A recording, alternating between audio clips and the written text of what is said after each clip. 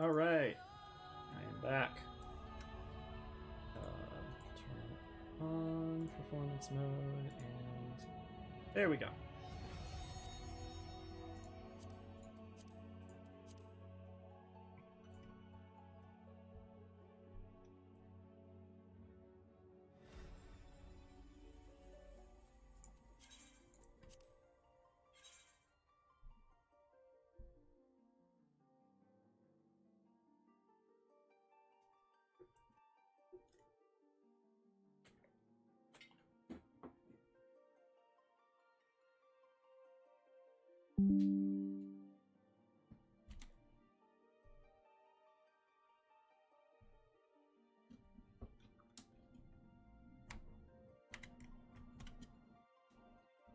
Huh. Well, I figured out what the problem is.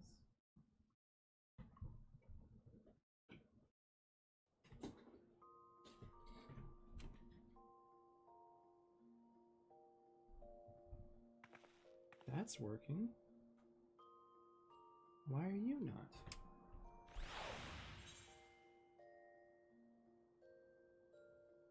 That's concerning.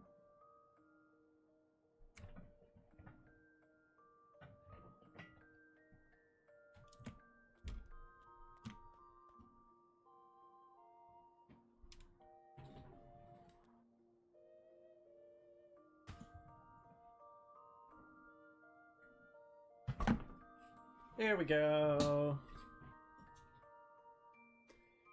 My laptop battery charger had come unplugged, but like not at the spot that I was thinking it was. All right. We are working on crafts. And by that I mean we are working on gathers.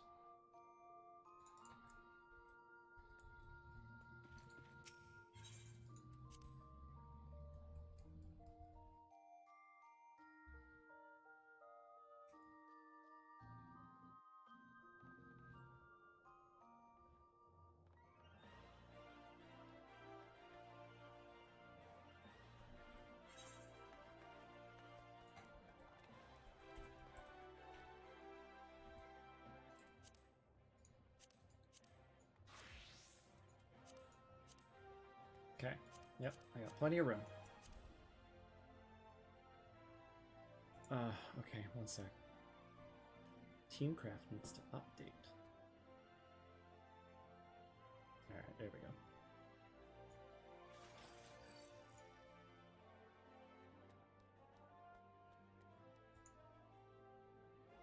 Let's double check that I've got everything marked off. Yeah. Okay, cool. Back to this. We are heading out to Central Thalen.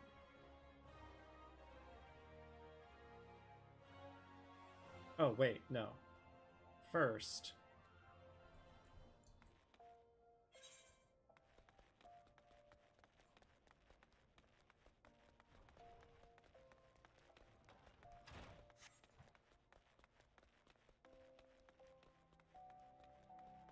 Wait, can't I gather that?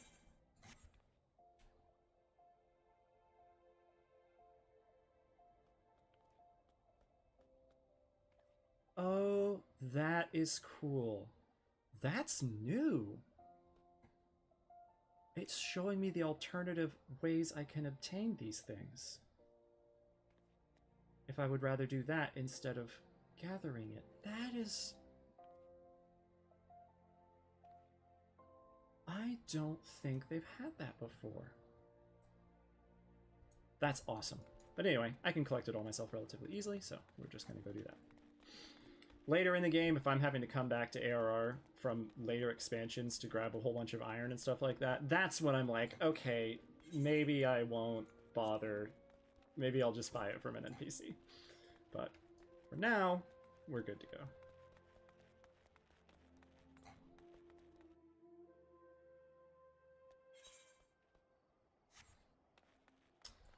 I am heading towards...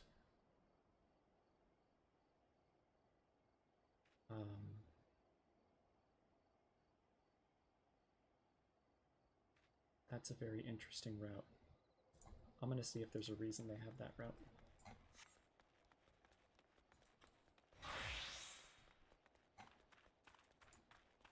But first I decided to buy some donuts. By which I mean eat a snack. Well, some of my dried plums. Alright, I believe... Yeah, I don't need... Oh, I do need copper ore. Then why are you not mentioning that? Okay, that's odd. I need 1 muddy water. Is it?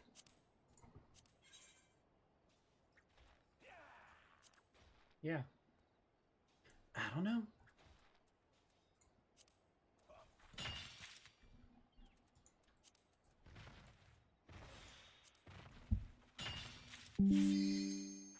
Oops, my bad.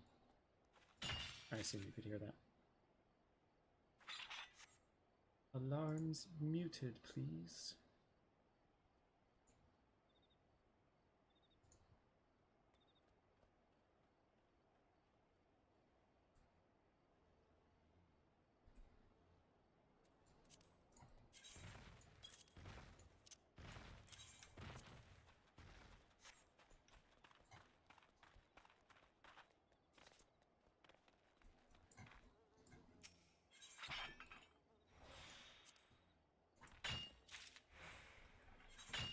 All right.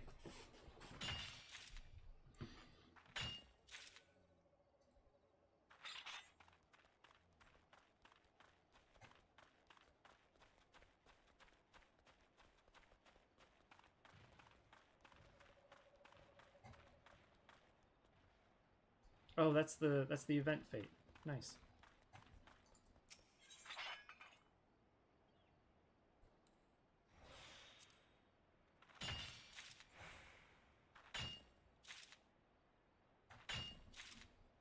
I know the concept for the rules. I'm not running all the way around and down the cliff to help with an event fate.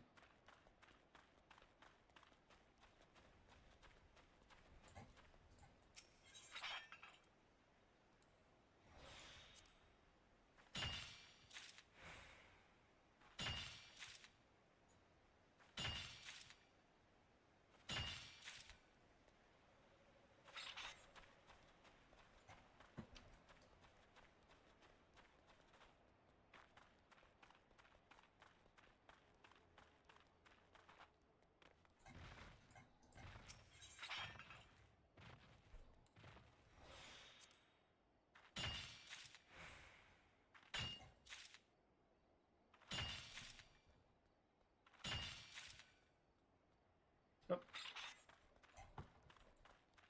What class am I trying? Arcanist.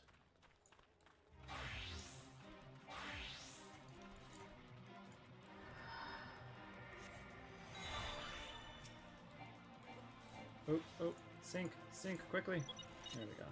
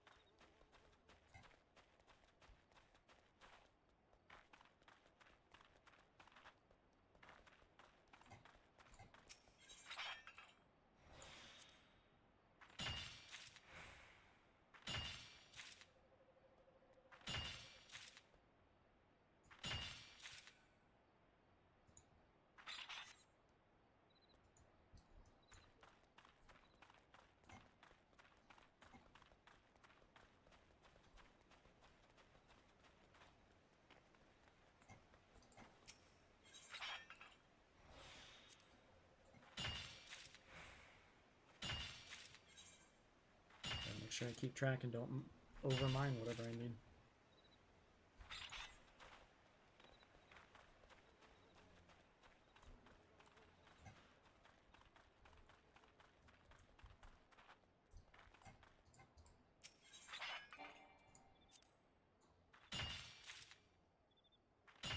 Oh, for a high cordial.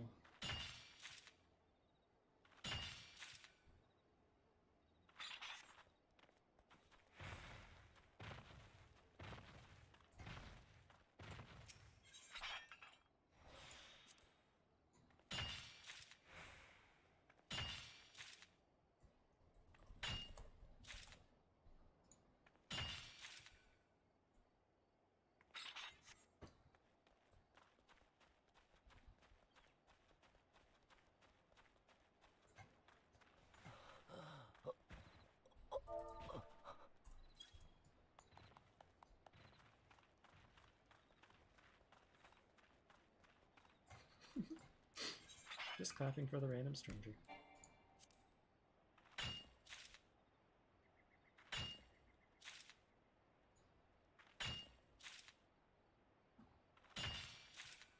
Oh, copper ore wasn't showing up because it was the list needed to be scrolled.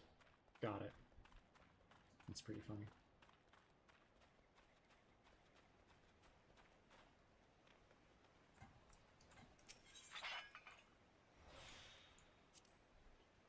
Almost done. We need 123.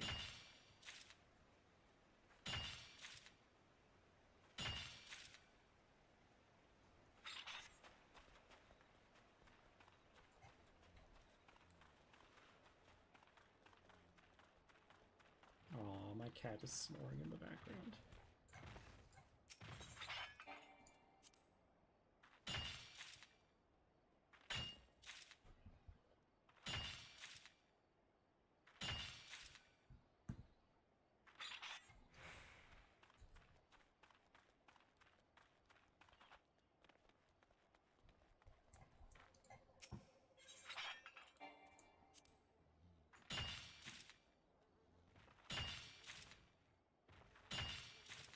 And boom, 123.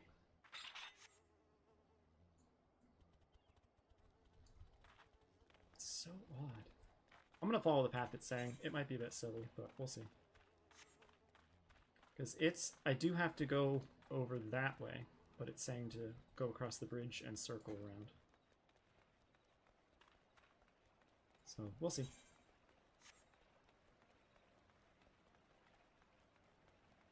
Like, it's saying that because there's other places I need to go as well, so.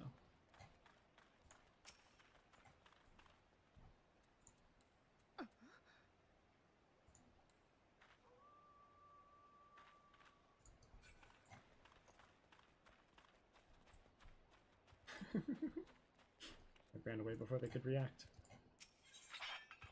Alright, I need 24 tin ore.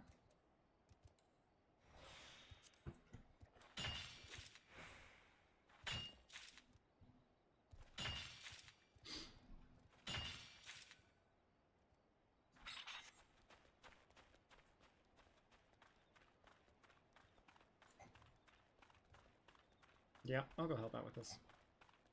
That just be how it be.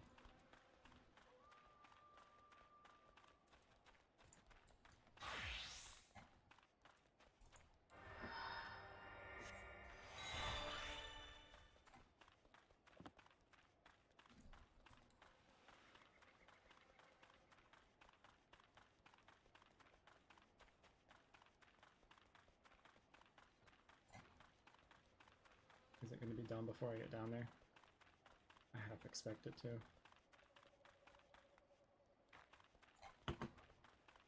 Nope, nope. I'm getting there in time.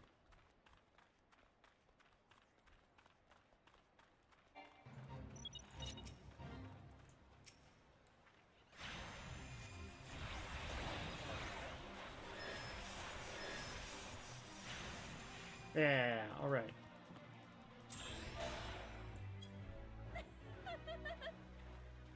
Oh, I just forgot. I already finished Arcanist. I don't need that.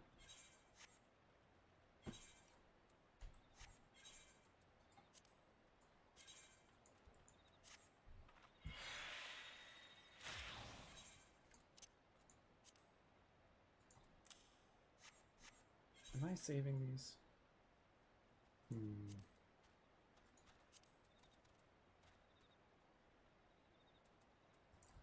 I don't think I will, but I will leave it for now. Yeah, I forgot. I just leveled up, so I actually need to switch back to Gladiator.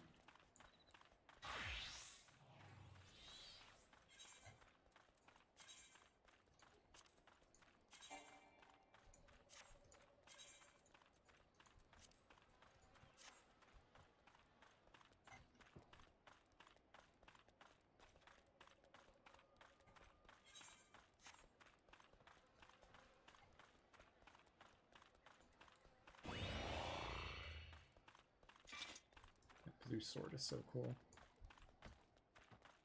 I think I'm making a high quality version of it. I think that's my next sword.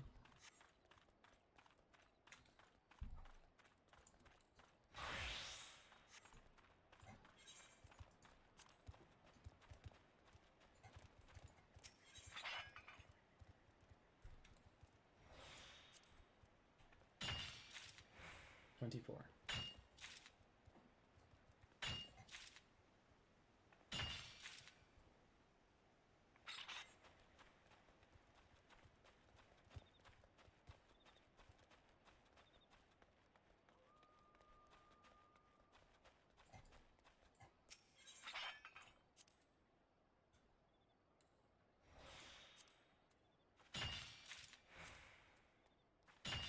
That's 24.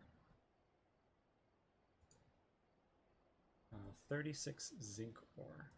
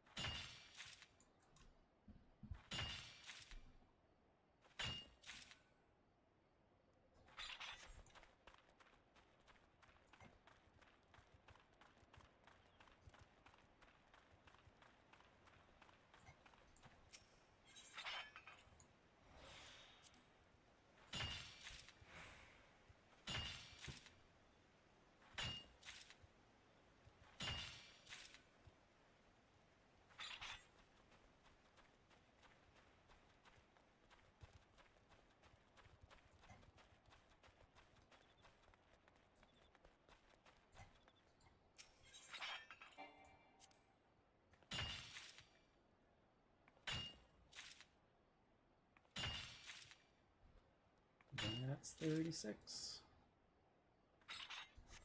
17 ragstone. I forgot to pay attention if those were here.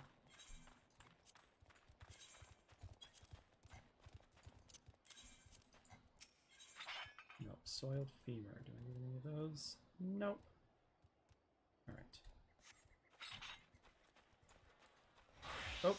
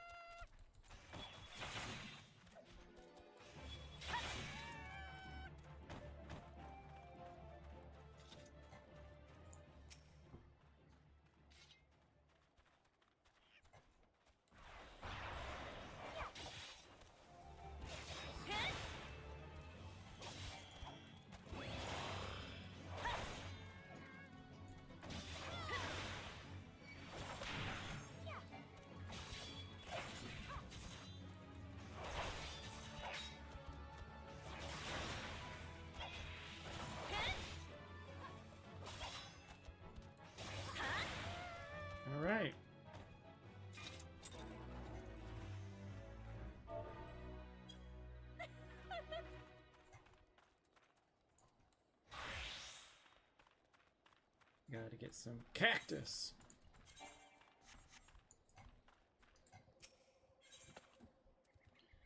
How many? Just one.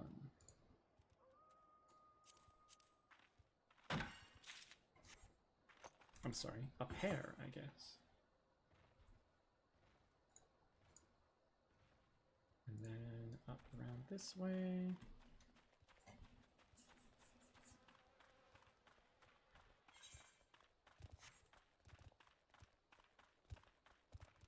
I don't think I can get straight up the cliff here.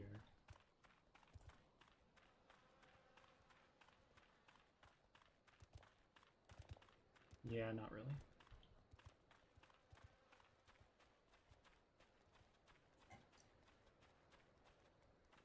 Looks like that's not where it is anyway. There we go.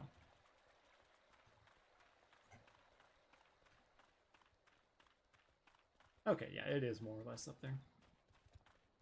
Pretty sure I've been here before.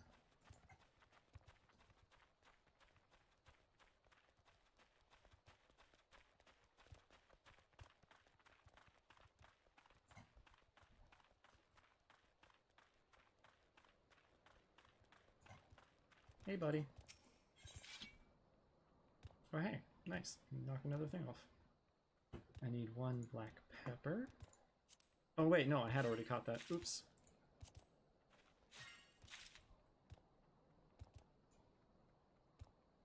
That it? Yep, that's it.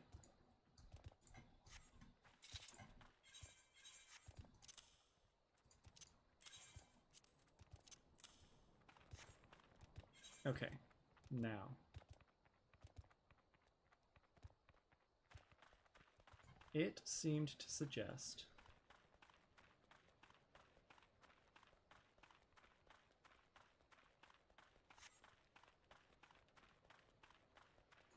that it would be faster. Is that up here or down there? That's down there. It's the tunnel, isn't it?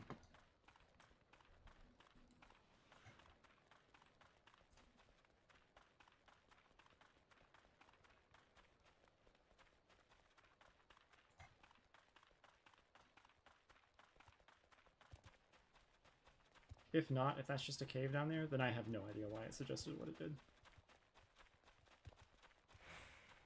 Yeah, I can go through the river. But this starts all the way over here. Yeah, I don't know what it was thinking. Ooh, I gotta run through the river.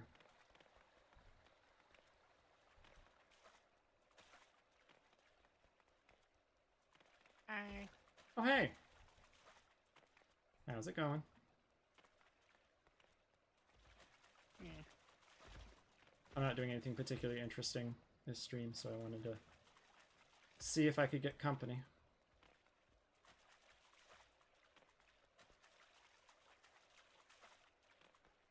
Well, hello, guys. I've been wanting my spaceship game to be moddable. So, you know, like so people can make their own modules that what they want to use in the game and add them in. So I've created a new system that will read regular standard 3D formats and put them in the game.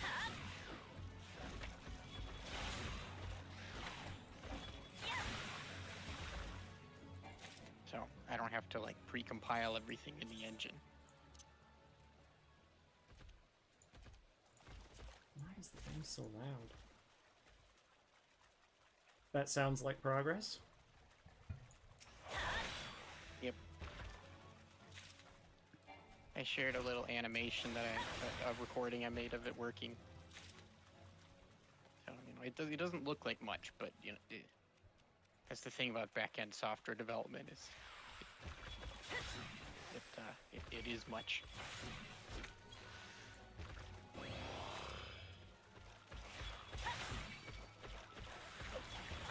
But it means it should be way easier for me to move ahead and get like a whole bunch more modules available for my test builds, which should hopefully put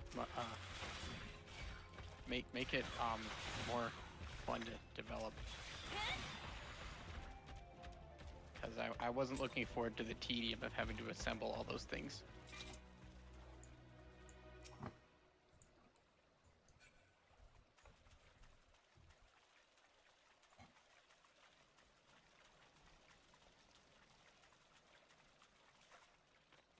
I had to fight a bunch of giant salamanders.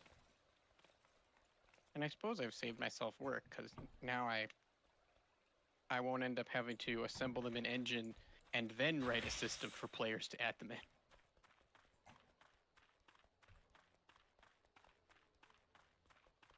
That does sound like a backwards way of doing things, yeah.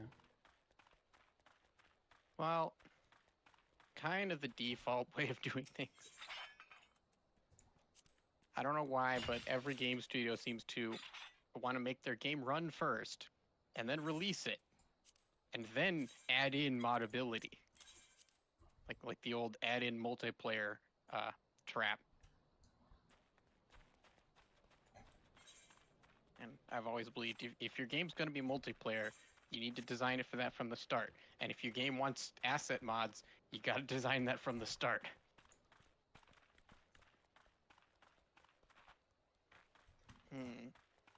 Running on a rail track. What to have for dinner?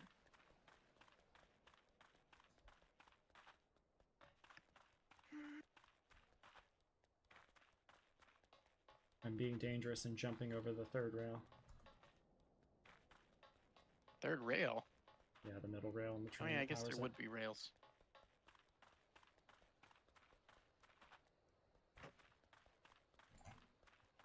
Although I'm guessing these are actually just mine carts. Yeah.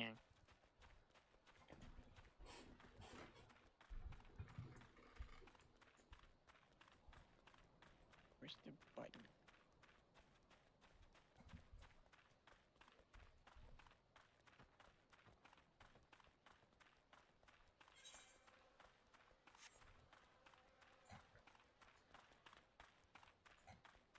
Oh. It's in danger back here again.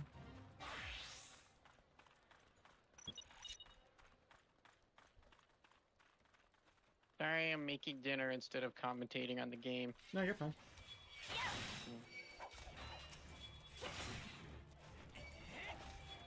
It's why I didn't join originally. Is that I wasn't planning on.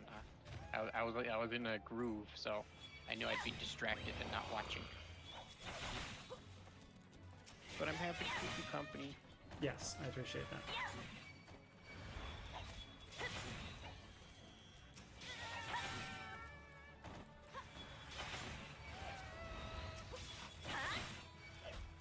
So, any plans to watch the new Furiosa movie?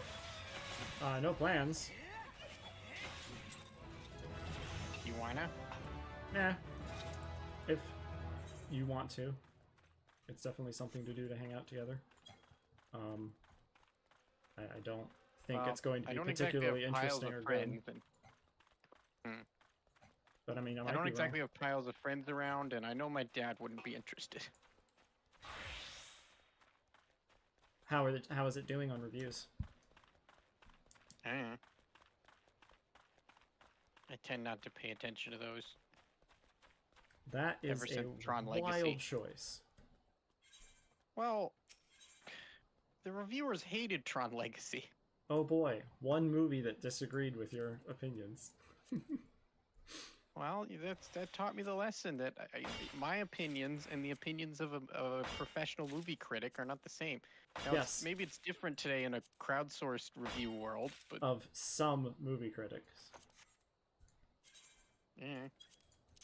I tend not to follow the majority consensus on whether I like things. Let me check this real quick. I don't like stuff that's popular. And I do like stuff that isn't not popular. true. There are many things that you and I have both enjoyed that are very popular. Okay, you can't, I didn't mean I never like anything that's popular. What I mean is, Something being popular does not mean I like it. Whether I like something and whether it's popular are independent. So Rotten Tomatoes got around 50% on critic reviews and 63% on audience. 63% is still officially fresh, but obviously that's not super high. Mad Max Fury Road got 97.86. Good lord. It is not that good, but okay.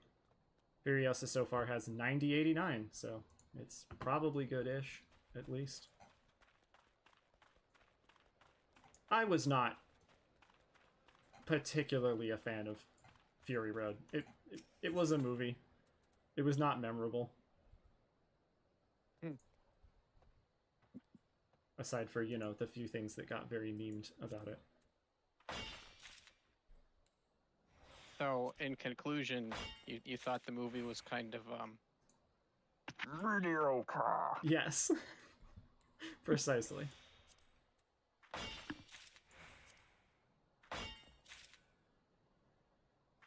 $17 is how much I needed, right? Correct. Alright, moving on. Is this saying go out to East Banlin next? Is that a good idea? Oh, I already got all the stuff in Western, didn't I? Oh no.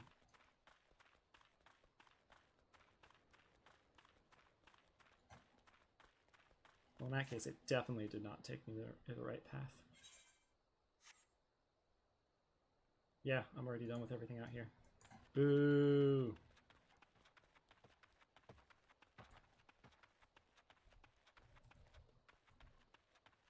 That's all the way over there. I'm not going with that.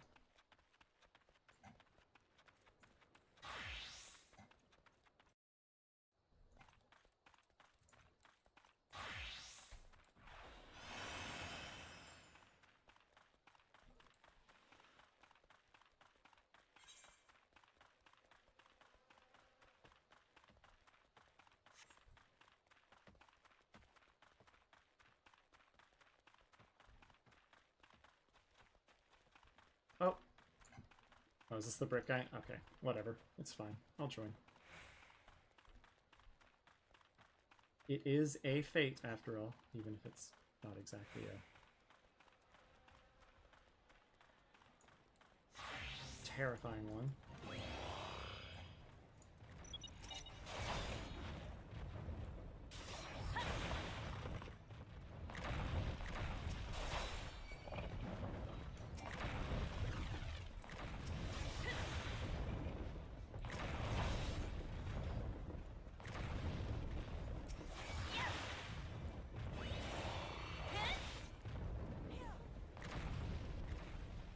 And then, moments later,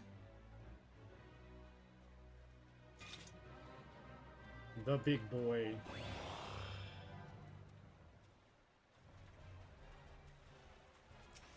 Nope, not who I meant to hit. Excuse you.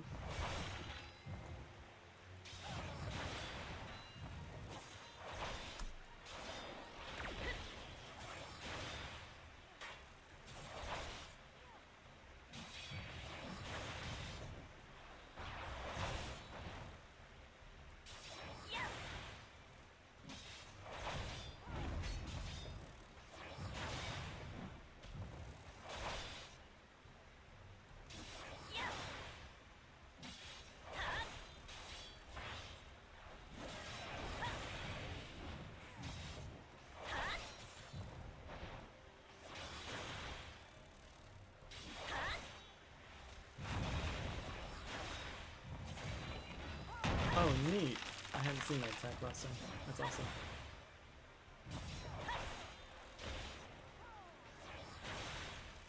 I thought we stunned it. Excuse you.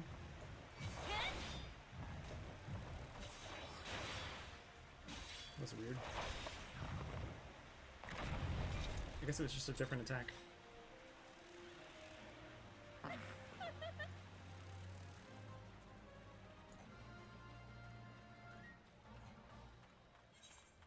Did I get a thing for that? No. Okay.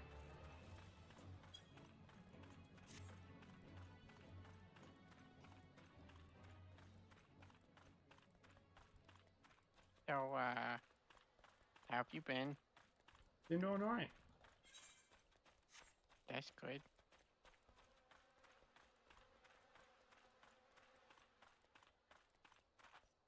Yeah, it's been pretty chill over here. Lucky.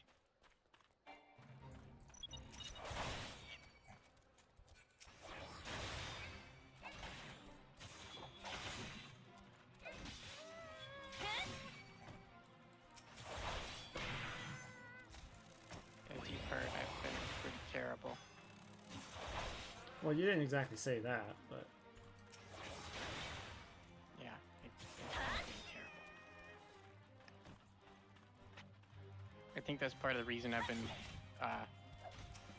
going hard on game development is because I need a distraction. It at least feels like I'm accomplishing something meaningful. Although I probably would have accomplished what I did about twice as fast if I hadn't spent so many hours just flying around in fly mode in Blender looking at all the stuff I have.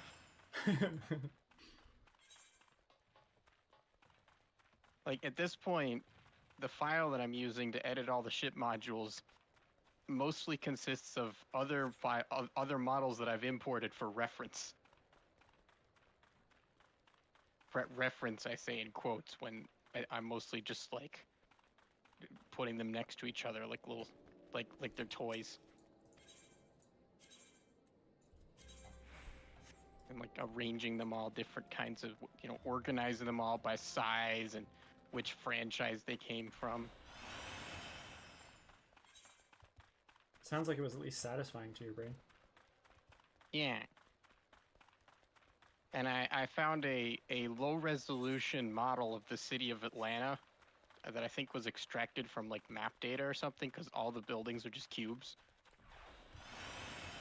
Interesting. And well, I put that on the ground so that I can have all the ships flying over the city like in one of those ship-size videos you see all over YouTube.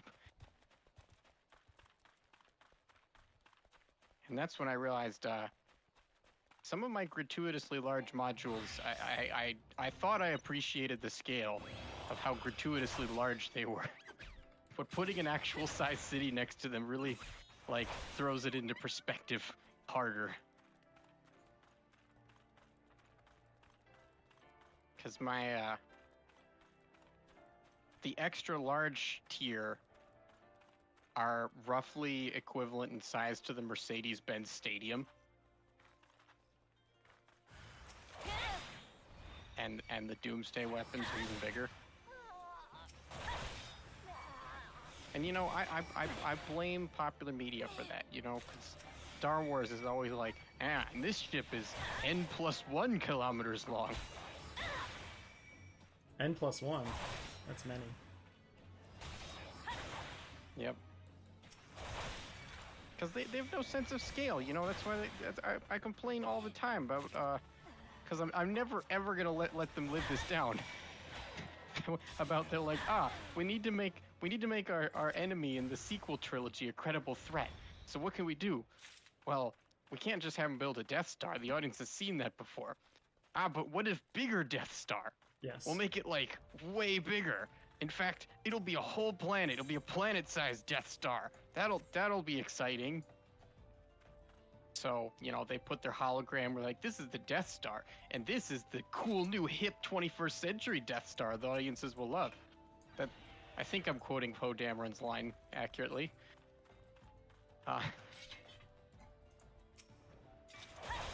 And then, you know, as all us space nerds are looking at that going, that's not planet size, that's the size of a slightly less small moon. It's like a medium moon. Yes.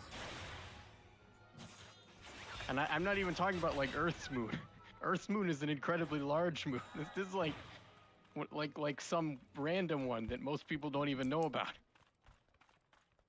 It's a large asteroid. Still bigger than the Death Star, though. Yeah, that's true. But like, and then they're like, it uses the power of the sun. Because we all know suns are made out of magic and you can just absorb their power and thus also absorb them. More importantly, they're just giant batteries. You just have to figure out how to plug into them.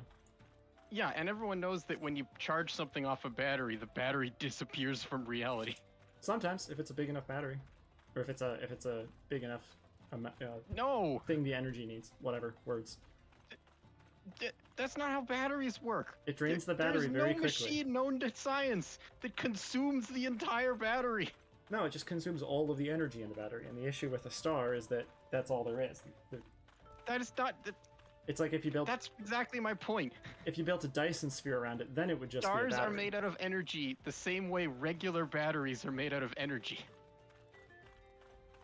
That doesn't make sense. Yes, mass is technically energy, so, you know, the battery is made out of matter, and a star is also made out of matter. Like, pretty regular, normal atoms.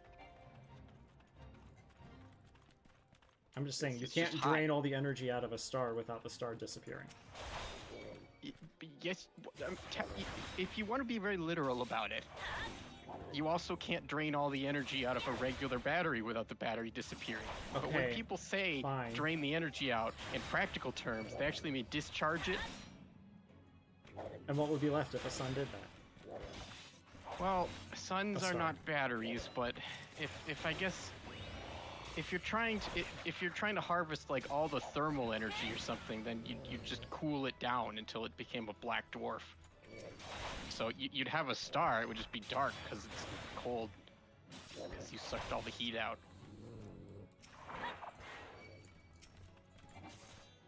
If anything, a star's more like an engine than like a power plant than a battery, though, because it has fuel inside, and it slowly converts the fuel into thermal energy.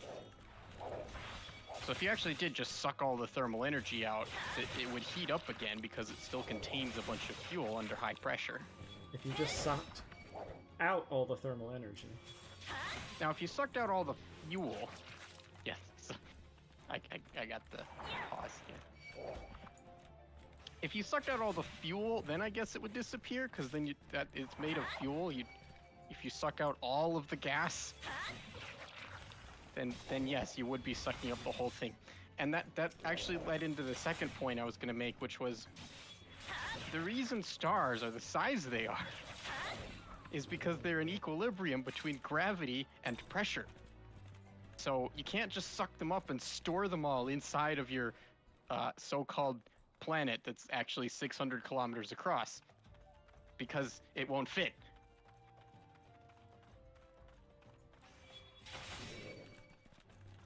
Like you could shrink it somewhat by increasing the pressure, but astronomers know pretty well what happens when you put the mass of a star inside a volume the size of a planet. And bad. It's not good for delicate advanced machinery. I mean, oh, it is cool. I disagree with would that. Explode. Yeah, exactly. I disagree with that. I think it'd be great if it exploded. The size of Star Killer Base is in the hubris. middle range between a neutron star and a white dwarf, and yeah.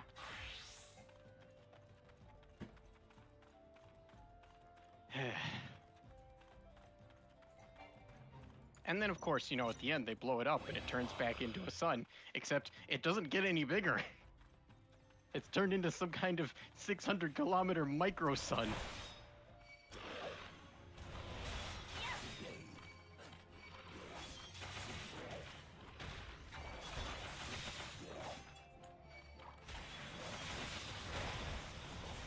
It's a little nano-sun, you know, so.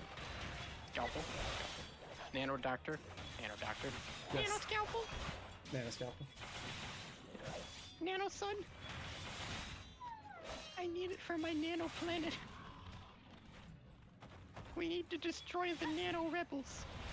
This actually sounds like a pretty good story. Yes. Better than Star Wars.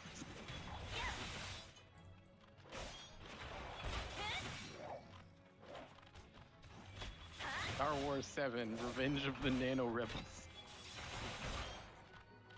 Yeah, I think people would watch that. It sounds sciencey enough. It's cool.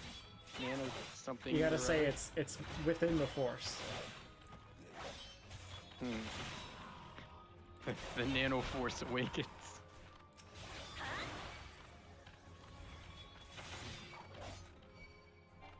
Ah, that's it. Midi-chlorians are actually microscopic Jedi. Yes, excellent. And their force attunement comes from nanochlorians, which are really small Jedi. Midichlorians are actually just little Jedi running The Star around in Wars the blood. universe is just nested infinitesimal Jedi all the way down. What do you mean the Star Wars universe? I'm pretty sure the real universe does not contain Jedi. Wait. Although I have told you about my crack conspiracy theory that, you know, Why would you be? it will in the future. Why would you be pretty sure about that? Because, on a surface level, what Jedi do appears to violate several laws of physics. That's just because you can't access the real Jedi, the teeny Jedis.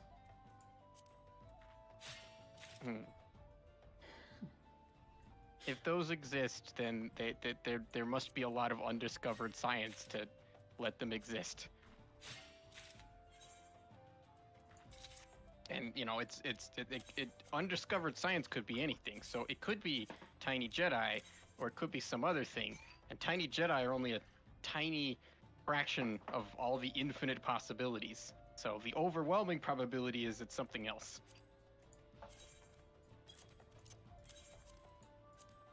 I'm harvesting Wallafel. Harvesting Lalafell, Yep. that would be a terrible way to get energy. By which I mean. When you suck fuck all this. Lalafell, do they disappear from reality? When you suck all the energy out of a Wallafel.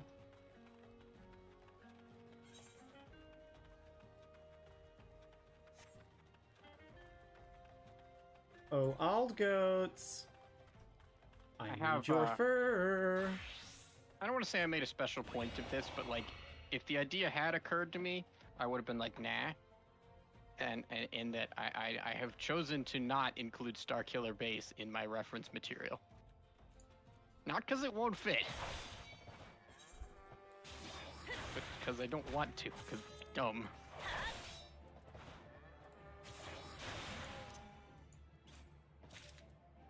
I also discovered, I was curious, so I used a plugin, a plugin that's meant for 3D printing, which is funny for reasons you'll understand in a minute, to calculate the volume of the asteroid that's launched by my asteroid launcher cannon, which it's not really an asteroid, it's more like a meteoroid. It's 30 meters across. And of course, the 3D printing plugin worked, and it calculated how much plastic I would need to print it. It was a lot. It was about 9,800 cubic meters of plastic. Yeah, that's a lot. But all I wanted was its internal volume, so, you know, it doesn't have to be plastic, it's made of rocks. And, you know, and then I took the average density of asteroids, which is between 3 and 4 grams per cubic centimeter. And I multiplied and found it weighs about 30 to 40 kilotons.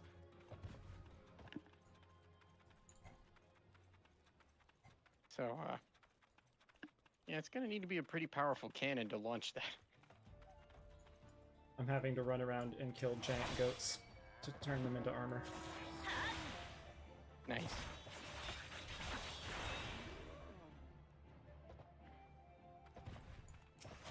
Okay.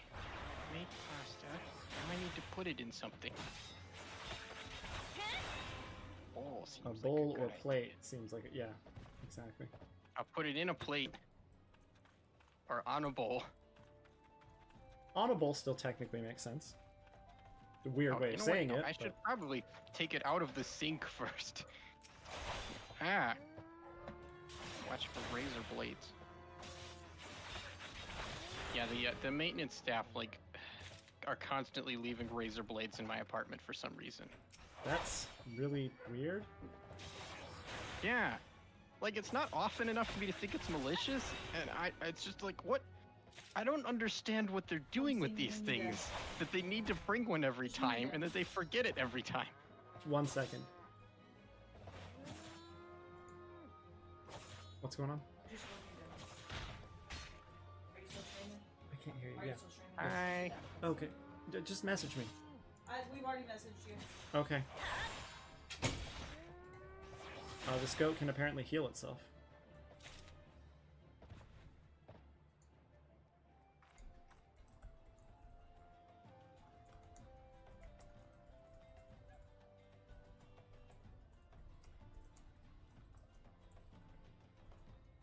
Now that I am thinking of gratuitously large sci-fi things, I wonder if there's a 3D model of V'ger I can get out there.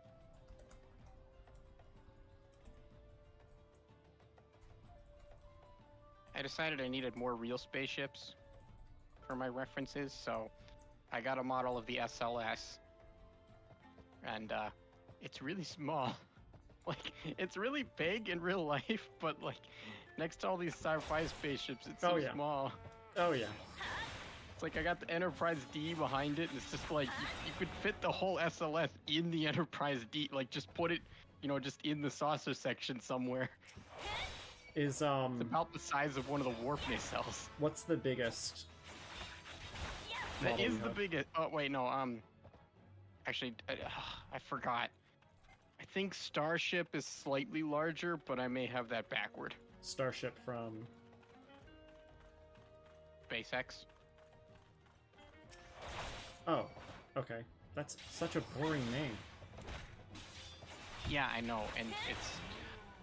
What are we gonna start calling real starships when we build them? Anyway, I'm talking about in your entire game. Oh, the biggest reference. The biggest Pre-made thing in my model. reference model file is the Death Star, Really? because it's always the biggest. Yeah. Why don't you have anything that's bigger than the Death Star? I mean, clearly you haven't made Starkiller honestly, Base. large but... as sci-fi likes to make things, they tend to not. They tend to not make stuff bigger than the Death Star. Like they do. Fantasy things do occasionally. Like, you know, we saw Gurren Lagann and. Yeah, and Blam. Yeah, but that doesn't and, have like a. I can't put that in. That doesn't have like a defined shape. And like, yeah, I could put in like a Dyson sphere or something, but there isn't much in the range of bigger than the Death Star, but not much bigger than the Death Star. You know, you got the Death Star, and then you've got like a thing the size of a galaxy, or you know, things that are millions and millions of times bigger and utterly dwarf it into insignificance. And I'm not putting those in my game, so I don't need them in the reference file.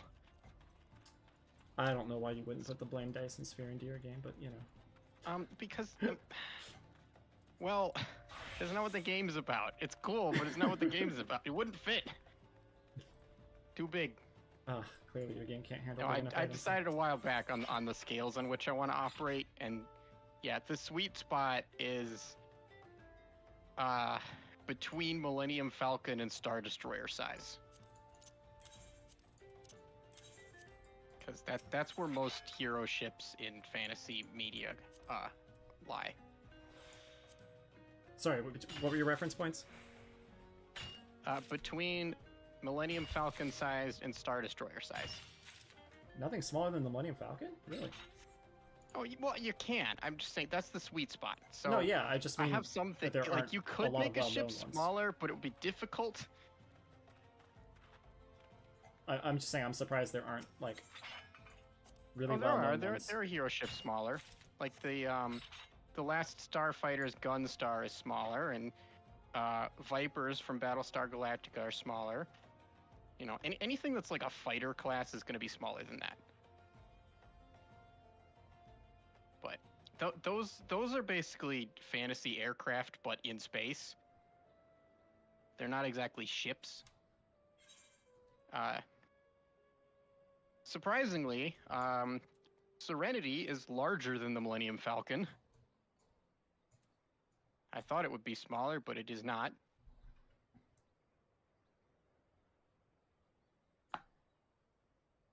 The Mass Effect Normandy is much larger than the Millennium Falcon, is way bigger than it looks like it is.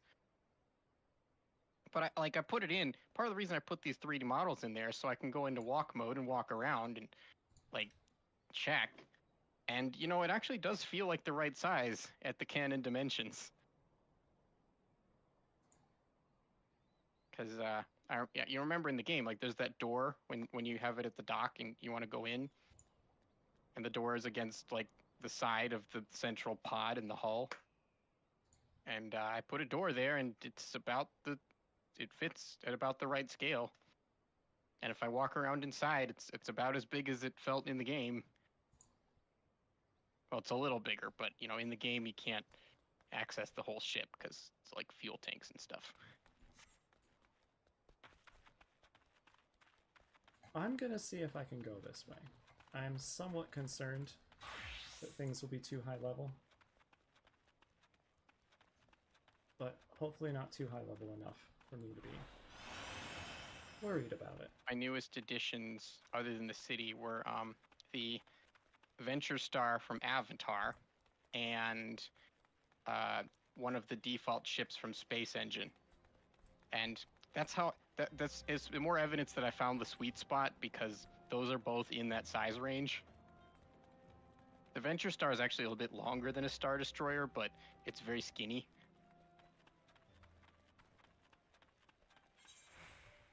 That one actually did get off a 3D printing website, because I don't know why nobody makes 3D models of these things. The only one I could find was one that somebody made and 3D printed and shared the model they used to 3D print it. So it's like, it mostly looks like it, but at full scale, all the truss pieces look really, really thick because it was designed to be in miniature. Yeah, I'm just rambling. No, that's fine. I appreciate But you it being did here to ramble. it did clue me in. I needed to make some larger fuel tanks. I helped fill in some gaps in. I added a, because I got distracted, sidetracked by that. I started adding more modules to fill in gaps in the size tiers. So, you know, big fuel tanks, and big cylinder bits, and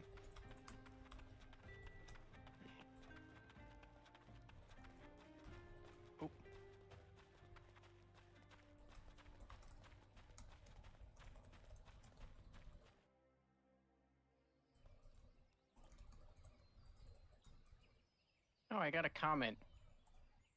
Somebody looked at my recording and said goated. I am led to understand that in modern jargon that means good. Yes. It means greatest of all time, so very good. But in past tense. Greatest of all time, mid. When you made this, you were among the greatest of all time. Yeah, this I should I not was be among here something? yet. This place is definitely a bit too high level for me, but there's a safe enough route. I say screw it. In theory, my system should be able to read a variety of 3D formats, but I've only tested it with GLTF, so we'll see how it goes. It's good enough for now. It did, you know, I only needed one format to work, and I got one format to work, so now I can proceed with development. I've become really focused on the minimum viable product because this game has languished way too long in pre-production.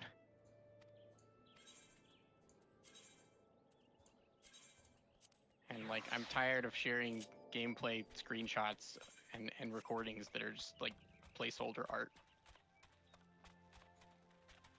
So I figure if I have some cooler art in the game, then it will be more fun to do the tedious work of like making the editors better, and my screenshots will look nicer. Here we go. Because I got like these Now we're in really a safe cool zone. particle effects and stuff with really shit looking ships. I should just make a Borg cube battle simulator, you know? Every ship will just be a cube. Problem solved.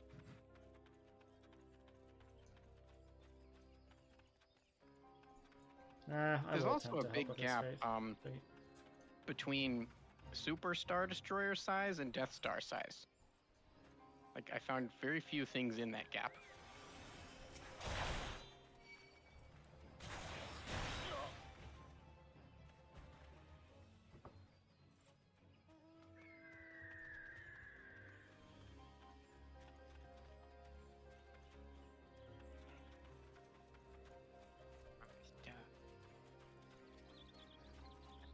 Came out really good today. Yeah, I'm gonna have to mute for a minute and stuff my face. What'd you make?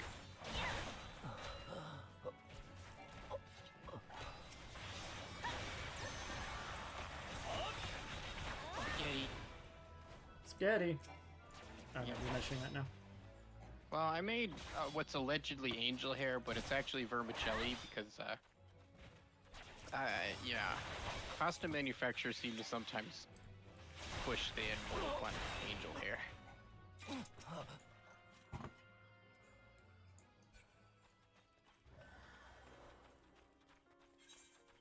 Okay. I need... Yeah, just get my 10 badly lit beast picture of it cinnamon. for Instagram.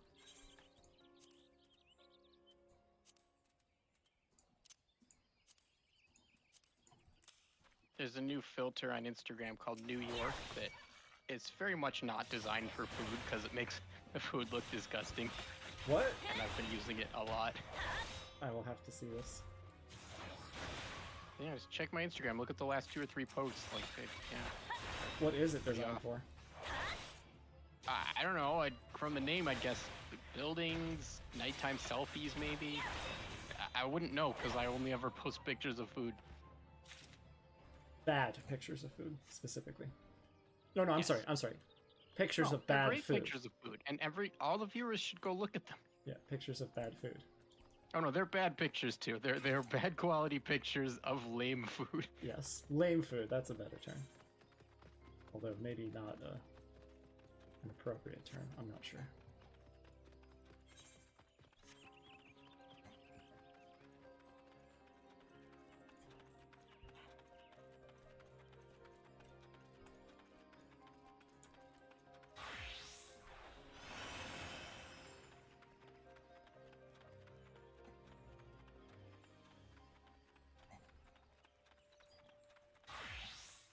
Hey, buddy.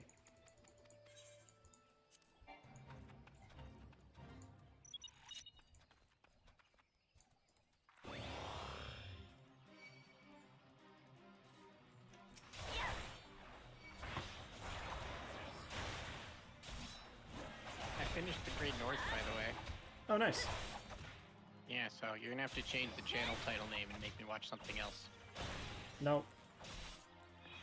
Unless you come up with something else that I should be recommending to everybody. I don't know. Is the problem.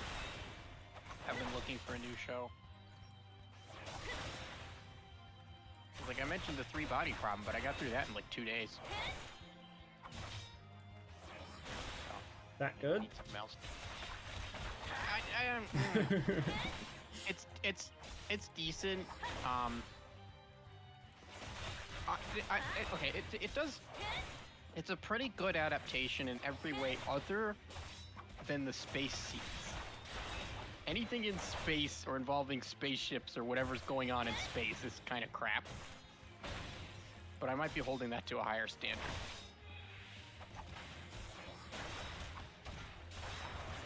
It works okay for the first season, but if they're going to try and do the second and third books in later seasons, they're going to need to up their game with the space stuff, because there's a lot more space stuff later in the story. I think most of the reason I watched it so fast was because A, real life is terrible, and B, I was desperate for a decent space sci-fi show since The Expanse crashed and burned. There is one running called Beacon 23, but I got through about 2 minutes of it. It's terrible. What is happening? Maybe if I gave it longer, it would be good, but I couldn't. What did happen with Expanse? Same thing as Game of Thrones. They just the writing quality just diminished until it was unsalvageable. Did it have an ending? And it was canceled. No.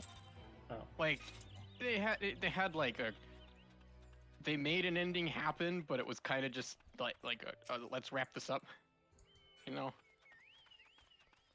Yeah, it wasn't very satisfying. Like, it would have been way more satisfying if it just ended at the end of season 3. That was the best place for an ending.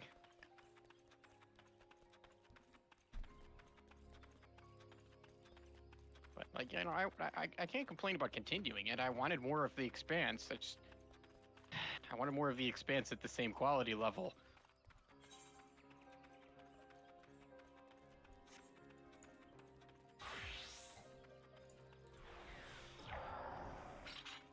And, you know, at least the success of the Expanse up until that point should have been an indication to studios that people are desperate for hard sci-fi. There's like none. It's an untapped market. Like, it's not the hugest fan base, but they have nothing. So, you know, the demand is some amount, and supply is basically zero.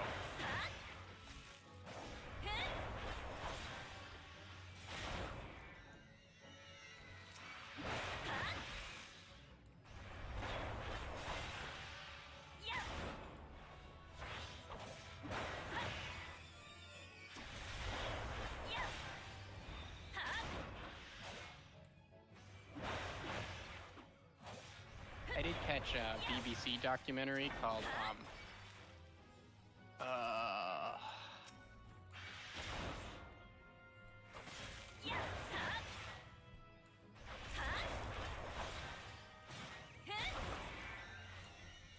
That's a weird name. I'm looking at my history, and it's... Here we are, Space Odyssey, Voyage to the Planets. And, it was like a docudrama in 2 parts, where it's like, here's a hypothetical future grand tour of the solar system, where we got this big spaceship, and here's some astronauts, and here's the control center at NASA, and we're going to teach you about the planets while following their epic story of trying to land on all these things like the mad lads they are. I'm portraying the tone a little bit looser, but yeah, they decided to kick this off with an exciting hook and have them land on Venus, land astronauts on Venus, like not in a cloud city or anything, but on the surface of Venus. Sounds like a fun challenge. It's like, yeah, if you're a Kerbal, but it's so impractical. It's insanity. Like, in the far future, but like anytime in the near future, like when this is set, this is like within this century. Like, I don't know about that. It doesn't seem like a wise use of expenditure of resources here. And of course, you know, they go there, and the guy's out. He gets an especially designed thermal protective spacesuit. He walks out of the lander, and within like 2 minutes, the guy's having heat stroke. Because the suit is, you know, they did their best, but they hadn't exactly had time to test it in situ before. So, you know, on paper it worked, but I'm sorry. It's like the movie The Core, you know? What was that you said? In situ. In the real situation, you know, on site, in real life. I don't think I've heard that. Which is weird. Science term. I don't know. The fun part, though, is they wanted to end the first part on a cliffhanger. So, like Mad Lads, they designed the ship to do an 8G aerobraking maneuver at Jupiter in order to capture into orbit and save fuel. Although, like, they've made no mention of what the fuel supply and the ship's travel capabilities are at this point. And also, like, they picked up the Venus lander after landing on Venus and carried it with them the rest of the trip, even though it was useless. So I'm thinking, clearly whatever they're driving has a lot of extra fuel that we're not seeing. But I guess, you know, they wanted to aero capture anyway. And, yeah, the last scene of the first part is like, oh, the G-force, it's 7 Gs, 7.5, 8 Gs, 9 Gs, and then the control center people are like, 9 Gs, that's more than we planned, oh no!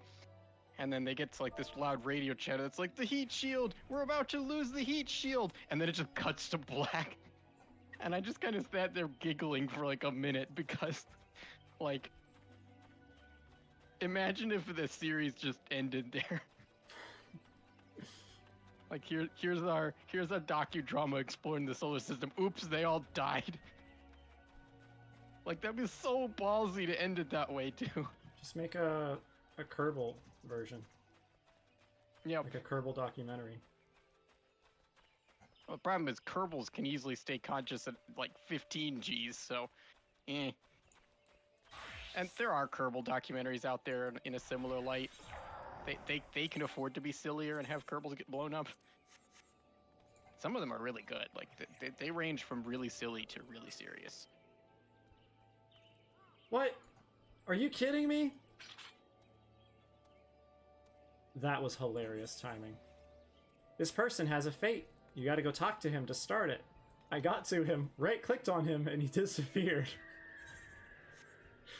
It was just really funny timing, that's all. I was like, what just... Oh. Oh, I guess we ran out of time. Oh, okay.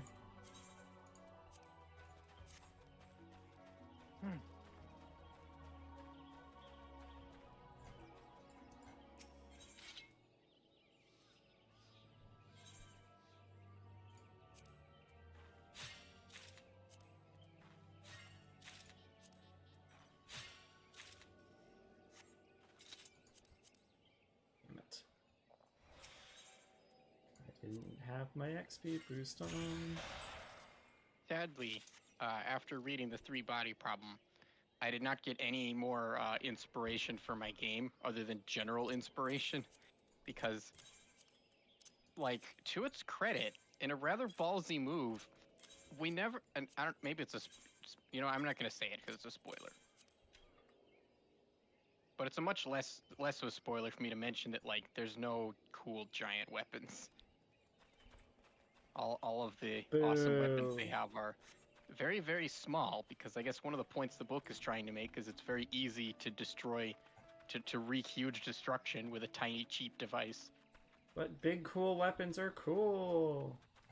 Actually, yeah, I don't even really feel it. Unfortunately, I no feel big like cool weapons in that series. I feel like big, cool machinery is cool. Yeah, big, cool machinery. You know, I didn't want to spend my whole game development career on building a spaceship battle game. I'm hoping my next project will be something peaceful. It's part of the reason I have some interest in, you know, trying to make my own KSP too, is because, like, you know, that's what peaceful cooperation. Peaceful may be a little bit of a stretch, but yes. Not blowing stuff up? I'm sorry? You're not blowing other people's stuff up. Okay, you know, there you go. Fair. The explosions and the violence are the adversary in KSP2, not a tool. Or at least the hurting people is not a tool. The explosions, I suppose, can be a tool, but they're not meant to break things. They're meant to help.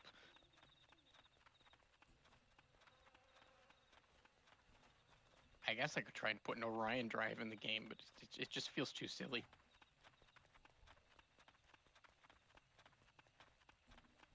Oh my gosh, you would have been so annoyed at this episode of Doctor Who we watched last night. Probably. That this critter was trying to get its spaceship to take off. Alright. Using a thing called a dagger drive, which somehow involved slamming a, like, sharp drill-like spear thing into the ground and drawing energy from the environment or something like that was basically going to melt the crust in a very, very large area to use as the explosive energy it needed to launch itself. Okay. Hold on, though. Hold on, though. So when it does this, it sends shattering cracks out from where it is that are all glowing because, you know, whenever you have cracks on the surface, they have to immediately lead to magma. Yep. Everyone knows Earth's crust is only like 4 feet thick. Exactly. At least when it's an explosive machine doing something about it, you know. So these cracks spread out over a many-mile radius, and I'm like, wow, I was not expecting the writers to just let giant crack damage stuff happen to the city that they're just gonna have to deal with afterwards. The dagger drive and not the scrat drive? When they shut it down, the cracks all reseal. Of course, it's Doctor Who. Yeah. That's I think egregious now you even why for Doctor Who. Does not hold my attention very well. Oh no, trust me, I understood. That's egregious even for Doctor Who. Tamara and I were just losing our minds. Yeah, I could picture Star Trek Discovery pulling that shit. The quality of sci in modern sci-fi is and Doctor Who doesn't even really count as sci-fi, but it was just like I said, it was a lot even for Doctor Who. Yeah. It was wild. Yep.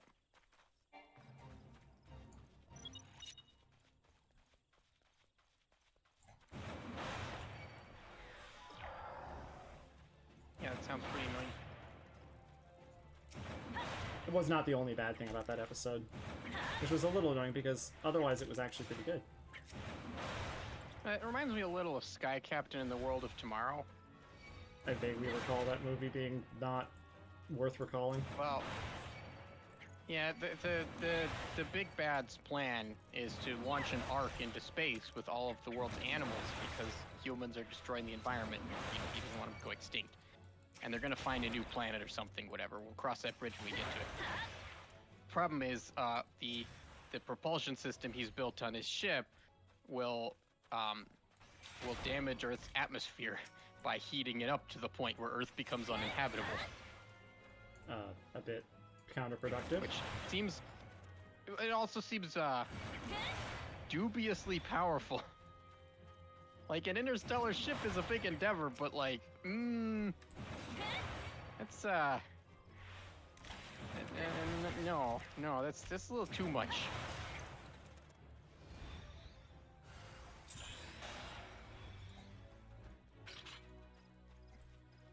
Like, even the whale probe in Star Trek 4 did not cause that much damage.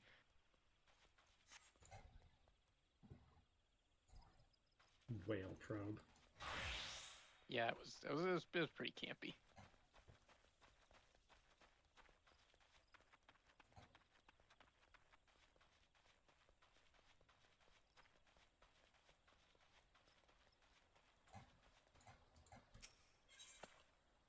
And like in Star Trek 1, V'ger threatened to cause that much damage, but we never really saw it do that. It kind of just only blew up Klingon cruisers.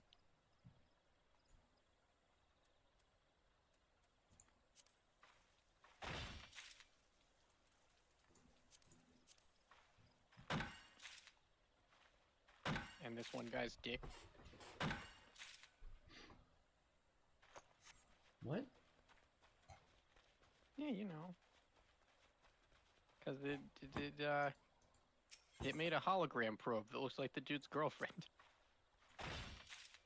First it ate the dude's girlfriend, and then it made a hologram duplicate of her to seduce him. Which movie was this? Star Trek 1. Okay. I definitely watched that. I don't remember it. Yeah, it got a bit weird. Like, it's got a charm about it that I love, but it's a bit silly.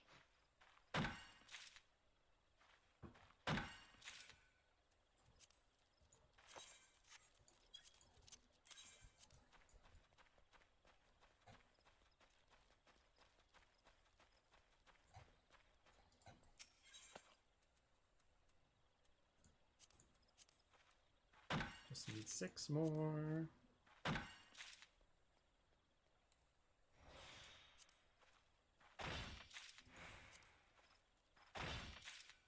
we go.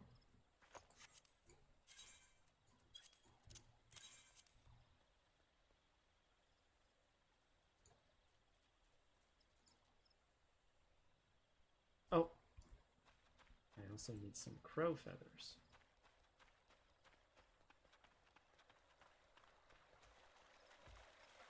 You know how you get crow feathers in this game? By killing bats. By chopping trees. Wow. Okay. I should have gone for even more of a non sequitur. That's not I even mean, an animal. It still works, but like, it's still very weird. Like, it's like, yeah, okay, I guess that's fair that there would be crow feathers in trees. It's just, okay. Wait, am I going to the right spot? No. No, I am not.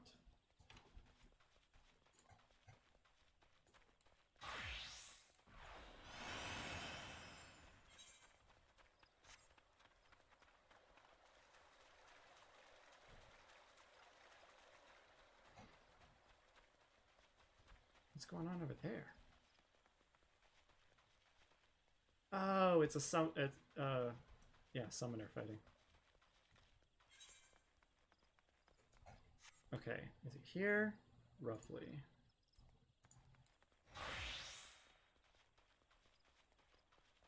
There it is.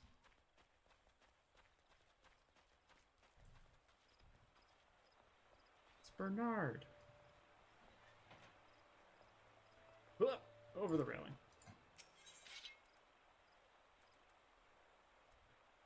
I need a bunch of cotton. I need chanterelles or lavender. I need some lavender. Okay.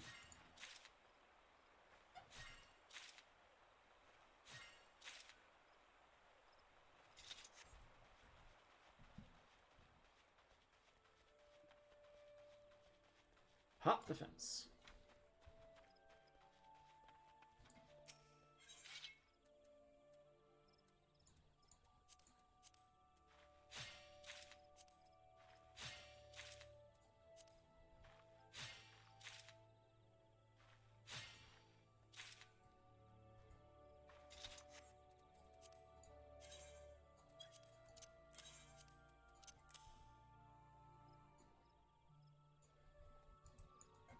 Oh, goody. The new Godzilla X Kong movie is available to stream. Did you see that one? I did not, because, yeah, it looks like it's terrible. Yeah. Like, I am, unfortunately... Godzilla vs. Kong was awful, and then somebody went, hold my beer, I can make it worse. Yes. I have started kind of sort of deciding to just not go to the theater ever. Unless it's like a neat indie film or something like that. Because... You might like I Saw the TV Glow, which is a neat indie film. Okay, I hadn't heard of this. Is it in theaters right now? Yeah, but only a few. Like, you gotta find it Interesting. in one of the specials. That's very indie It's a film. limited release. Yeah. No, I just meant not, you know, blockbusters. Because as much as I only am when it's a special enjoying... occasion, like Dune. As much as I am enjoying the Marvel stuff, Yeah, I stopped enjoying it after Infinity War. it still doesn't need my theater money. And basically Yeah. none of the other things like that, like any of the Star Wars stuff, or Yep. DC stuff, or I swear there was another big one. Nah, I don't remember. Anyway, apparently their like entire goal is just getting people to the movies, Yeah. to theaters. The problem is they're Because- not even making trailers that make the movie look good anymore. Like, I see the trailers for things, I'm like, yeah, that looks like crap. I'm not gonna go. Early 2000s, the money that they got from theatrical release apparently was not really profit at all. Basically, everything from the theatrical release went to paying Yeah, they were selling actors and DVDs. studios and stuff like that. Exactly. It was rentals and Yeah. home purchases. Nowadays, it's opening weekend or nothing. Like, Yeah. even if your movie makes a ton of money after opening weekend, nobody gives a shit because your box office opening was bad. Well, and it's so difficult to Also, get money from streaming services so far. Not even that. Opening weekend in China specifically.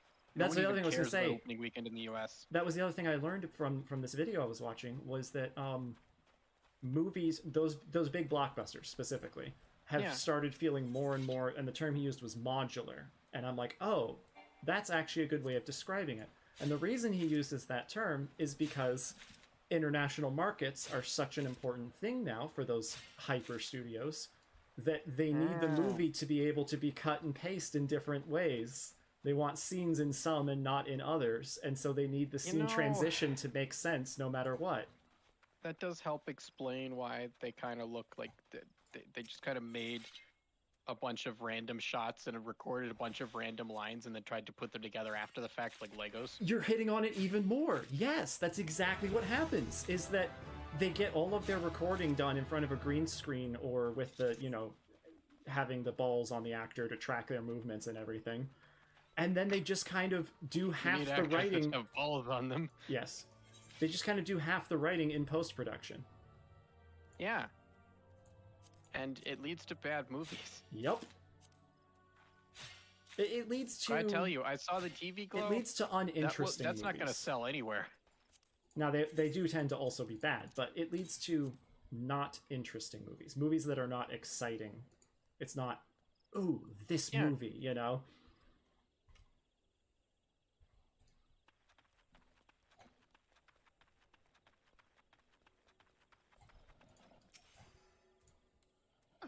You may notice that classically all the Marvel superheroes in general have often been very tailored toward American ideals, because you know it started with the original superhero Superman, who was like really supposed to be the ideal American man, but kind of cranked up to hyperbolic extremes. And I have quibbles with Marvel, what you're saying, they have a but guy sure. literally named Captain America. Yep. Right?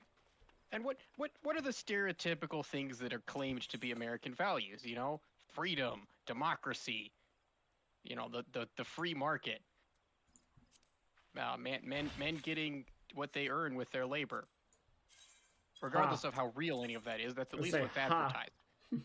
Yeah. Yeah, and none of that's mentioned in any of the MCU movies. Like, there's freedom as sort of a theme, but they never really say it overtly. And it's because Chinese government censors don't like that rhetoric. They would just pull that out of the Chinese version of the movie, though. Well, they apparently maybe took it out of all versions of the movie, because it's just not there. And I think it takes away from some of the characters a bit. Captain America would be more if he was actually Captain America, not just Captain trying to be a decent guy. Right. Like that's okay for a story arc, but like, he needs to have some politics. It's kind of the core of his gimmick as a superhero. Is he has a political view and a political alignment. I actually like the idea of a like CAADG or whatever. It's Captain Actually a Decent Guy. Yeah. Because actually being a decent guy is apparently equivalent to being a superhero for how difficult it is. Mm-hmm. And I'm not saying to anybody who may or may not be watching this now or in the future, I'm not saying that it's actually difficult to be a decent guy. I'm saying that apparently it is because there are so few. It depends on your perspective, you know. It's like the ethical consumption under capitalism problem is the world makes it very easy for people to be bad people. It encourages this behavior. It punishes people when they do the right thing. And like if you don't educate yourself to like really know better, know about the implications of what you're saying and doing, then through ignorance, it's easy to do things that you don't know are bad. That is a lot of it. That's definitely not all of it, but yes. I think that there's a lot of men out there that like they think they're doing the right thing because they're doing the right thing in the distorted fake version of the world that they've been led to believe is real. No, I don't disagree. Yeah. There are very few evil people. Yeah. No, but there's a lot of naive people. Misled people.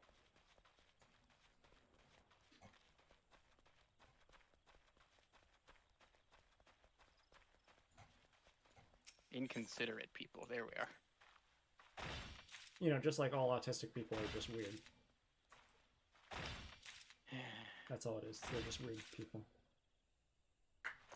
Almost. As I understand the etymology of the name autism, it's basically what it means. Well, the term neurodivergent kind of means that, yes.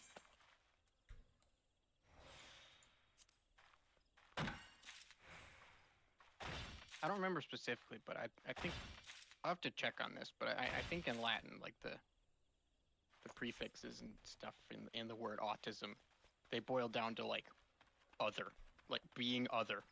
Oh, interesting. Yeah. But I might be mistaken. That's 65 elm logs. I think I'm almost done. This is very exciting.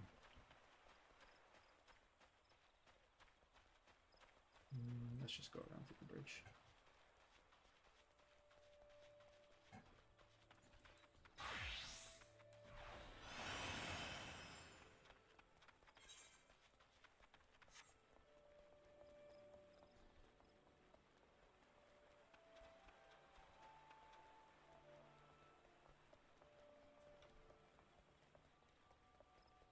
Oh!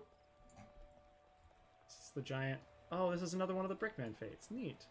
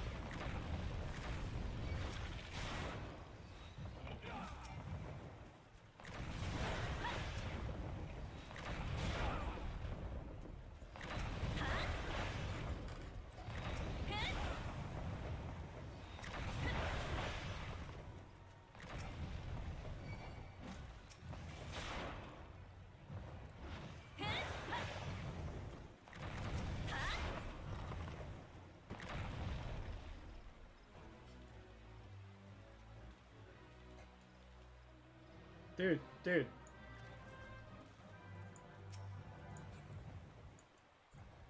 Okay, whatever. Sure, fine. Run away, I guess.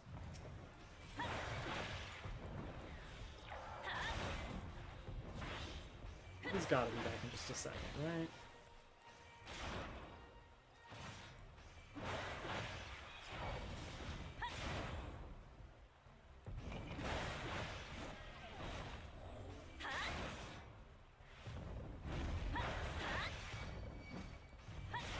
Dude finished this fate and then ran off, except there's an immediate follow-up fate.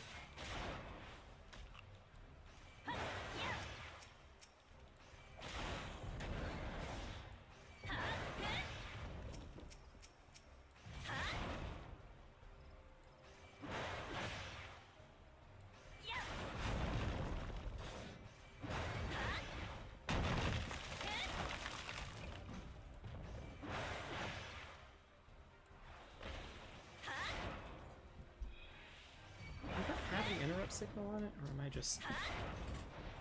I don't know how to pay attention for that yet.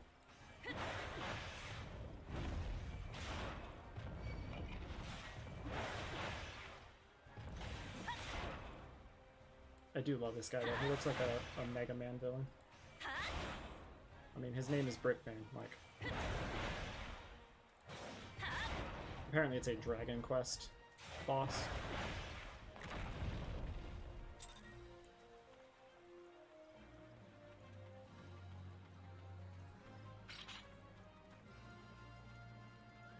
Also, it's for this event that's going on, and it is one of the horniest quests I've ever seen in this game.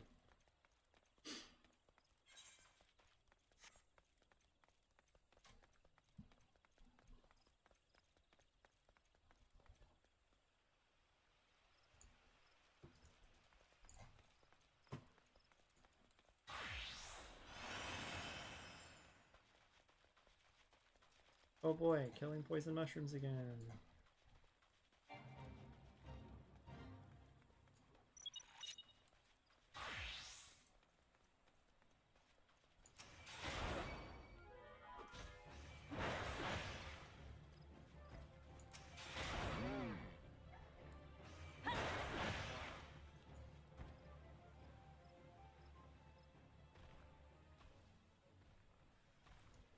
They appear one at a time, so slowly.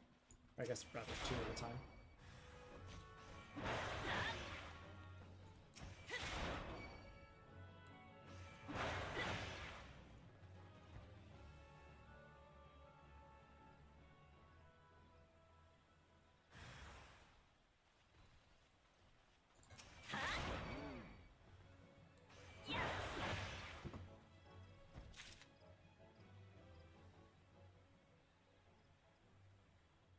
Oh.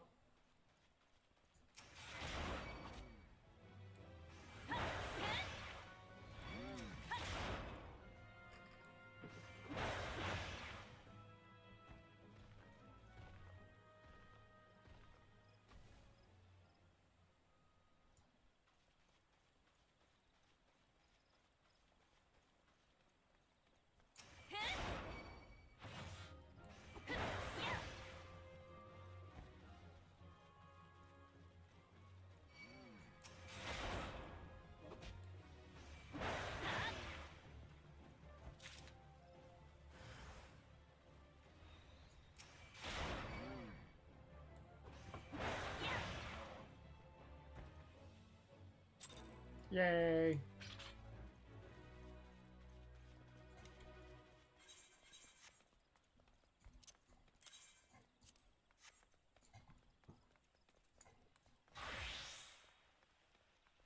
I don't think that one down there is a maple tree. I think just this one.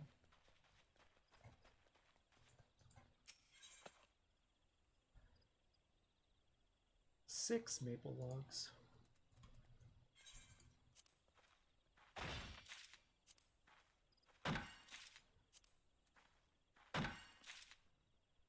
Oh, biscuit. Yay!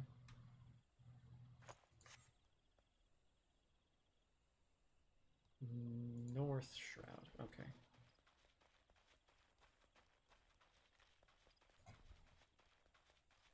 And they're on that side of the North Shroud. Good. Now wait, hang on. What's that?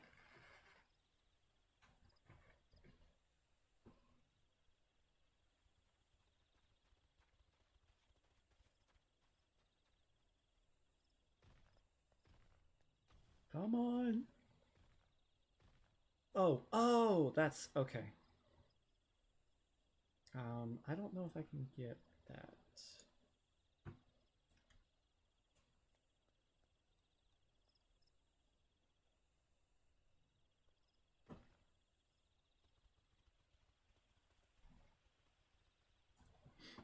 All right, hang on.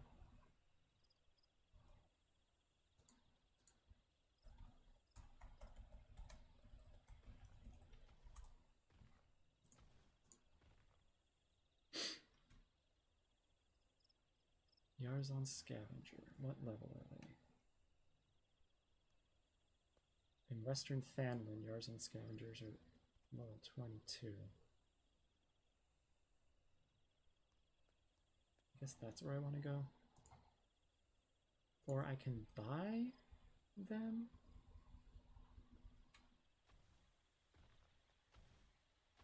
No. Never mind.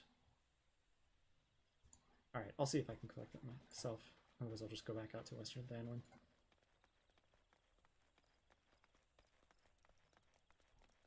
Is that person gonna disappear? No, that's like looks like it's an actual person, not a bot. Hey.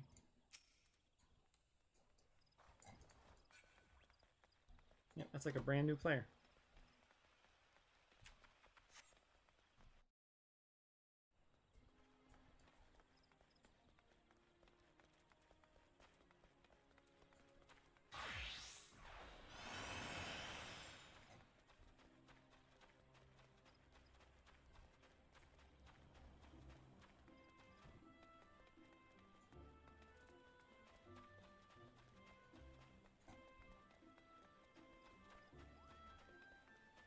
Can you steal my signature? No, I need that.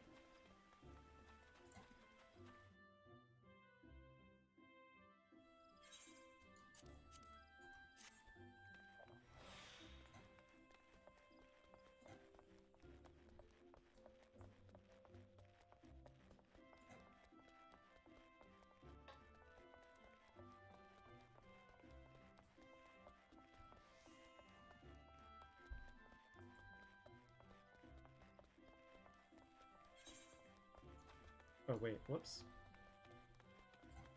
I have gone the wrong way.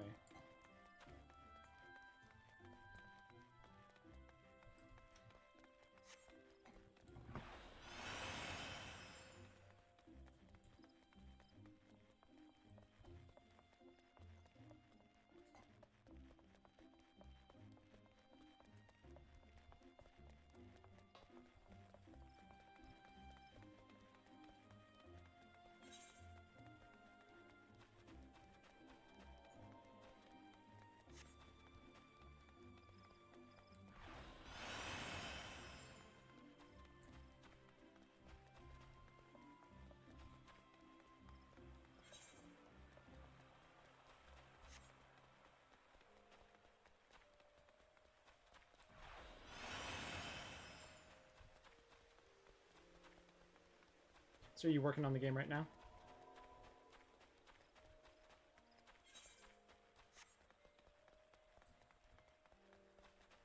It appears you are muted right now.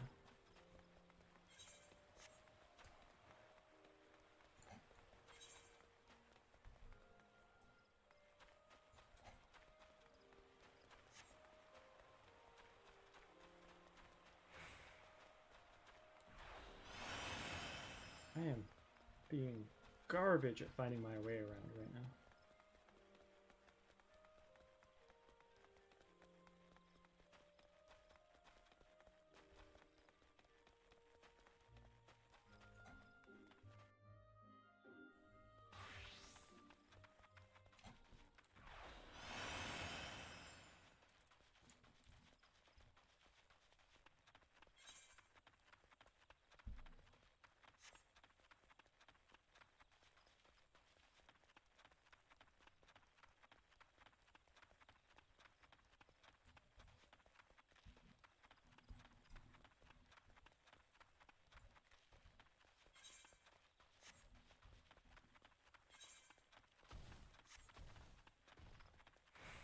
Wait.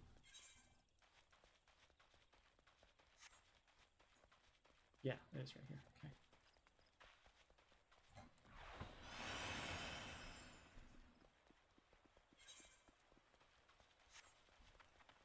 Oh, was I supposed to grab something else out here? I was, wasn't I? Alright, well, let's see if I can get the Yarzon first. Level 25. It's higher than I should be, but I am higher level than that, so I'm good for the moment.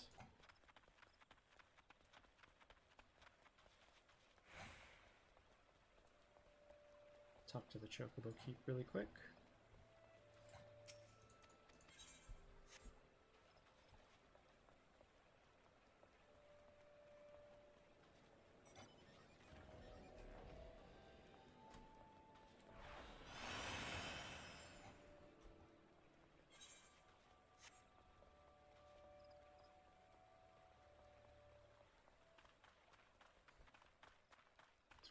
$28. It's a bit high. Okay, but it's lower level down this way, so I should be fine. Oh, I hope the thing... Yeah, okay, good. I was gonna say, I hope the thing I'm supposed to kill down here is not part of a fate, because that would be obnoxious.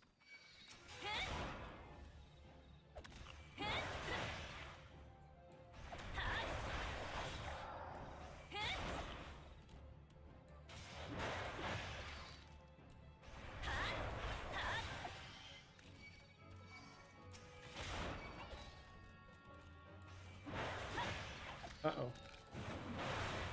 That's fine, I'm warrior, I can handle this.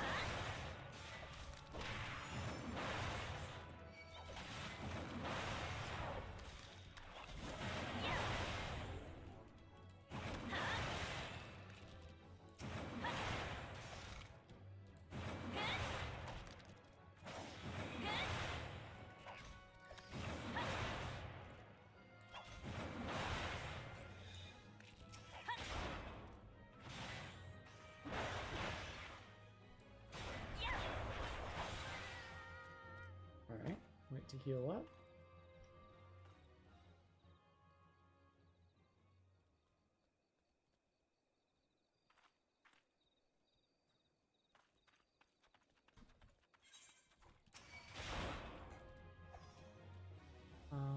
Just double checking. Okay. I need one leg.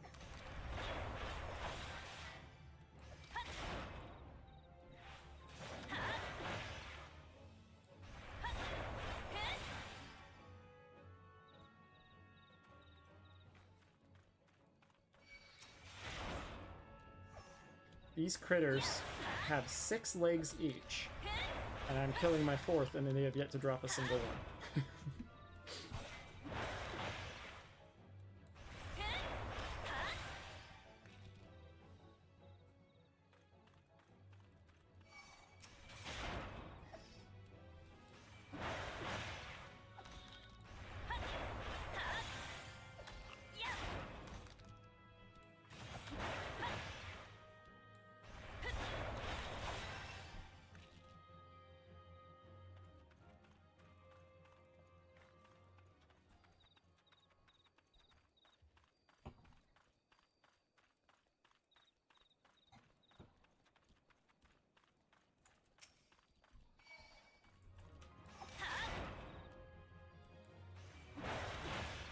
These are the spiders that are like daddy long legs, except their head is just a giant mouth.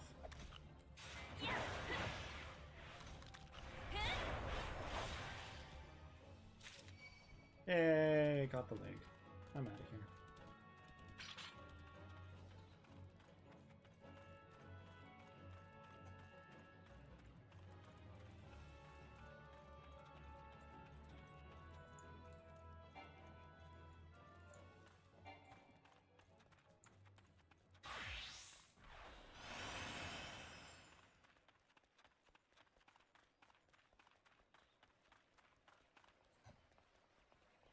All right, and then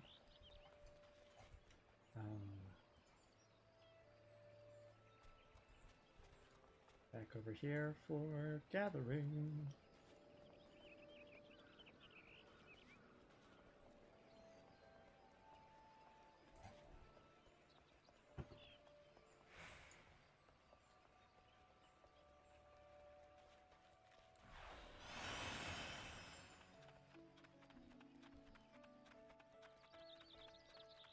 Look, it's your old friend, the Benemity. And the middling.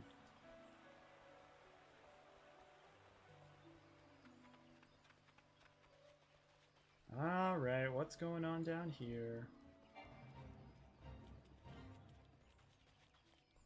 His opos.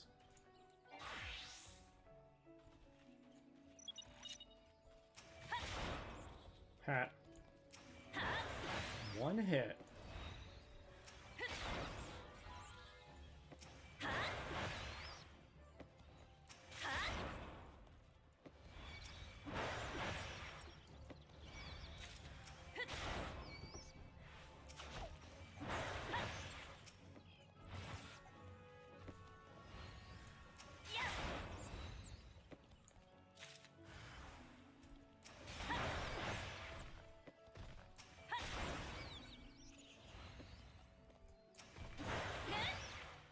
Should be the last one?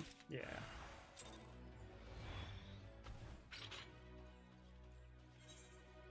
Alright.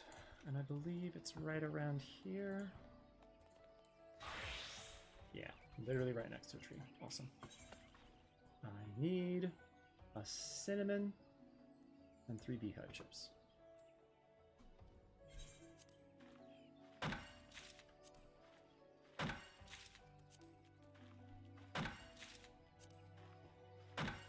Here we go.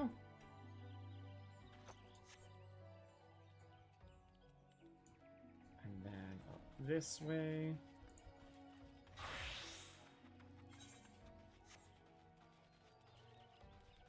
I think I'm going the right way.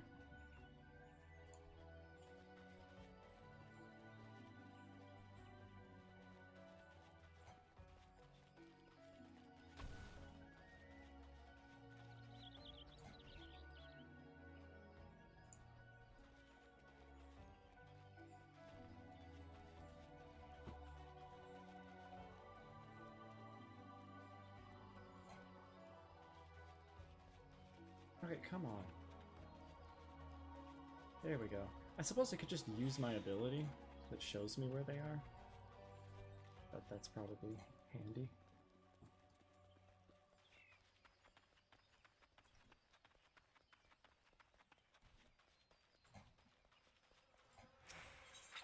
I need 1 raw lapis lazuli and 1 potter's clay.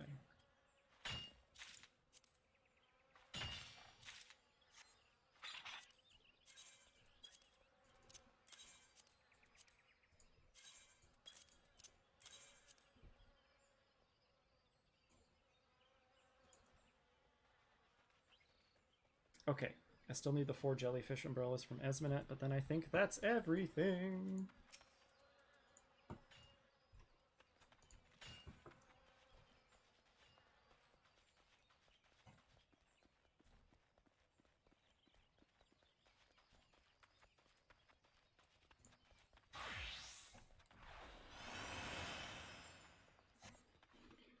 Back to Thanolin.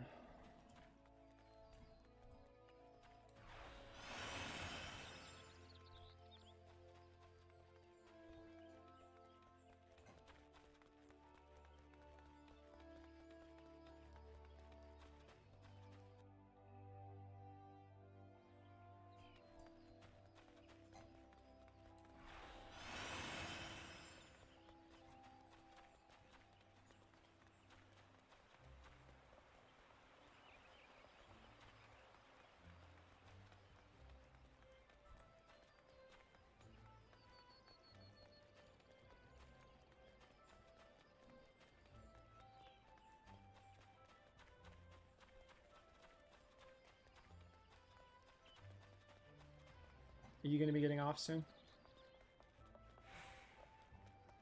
I don't know, maybe. Because once I get these last ingredients, I might take a break, since it's close to the end of when I would normally be streaming anyway, and then come back to do the crafting. Yeah, I'm no, just after here stream. because you invited me, so, you know. And I've been pretty quiet because I've been watching TV. There's that guy who voices every animated gay character is voicing a documentary on gay animals. What guy?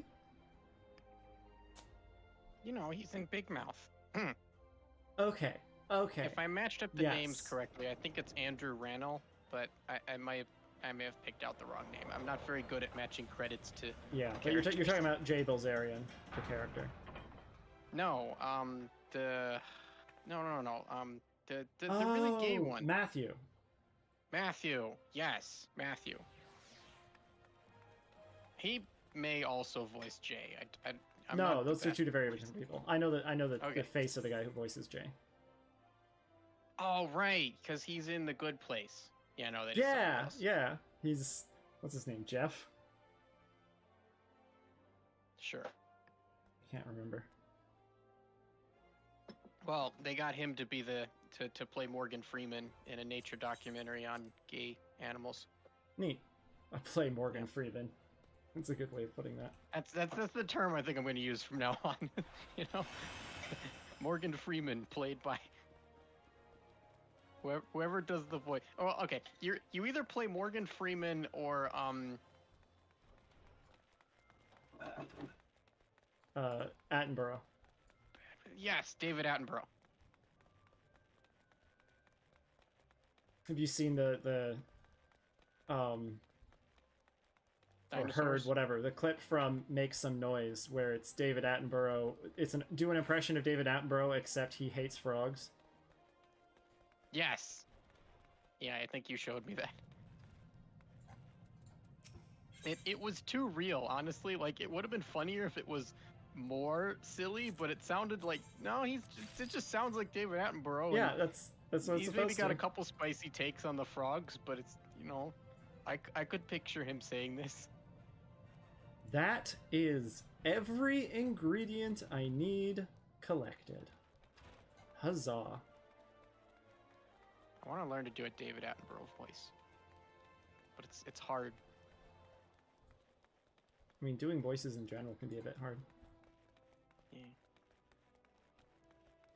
Well, my family seems to think I can do a really good Jeff Bridges voice. Interesting. Yeah, I don't hear it, but whatever. I don't remember what he sounds like well enough to have any kind of commentary on that.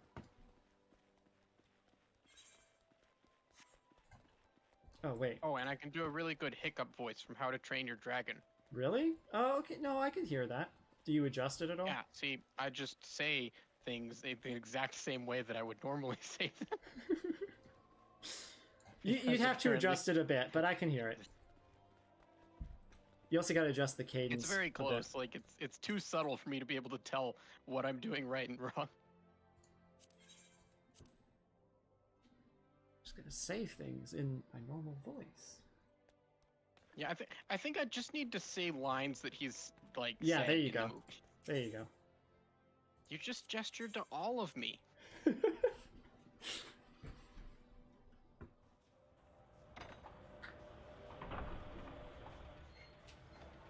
I take no pride in that because that's unfortunately my default voice. There's no issues with that. A different one.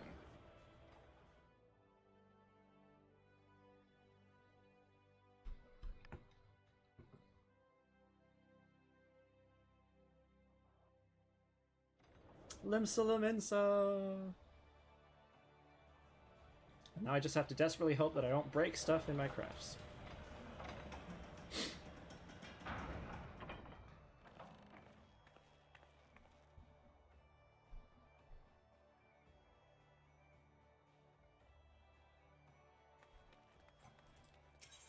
I think I'm actually going to call the stream here, and then if I get back on, it'll be in a little bit. Okay. Well, Let me I'll just get stay in set the up out call, here. but Okay. you know, just to save me hitting buttons. Yeah. And yeah.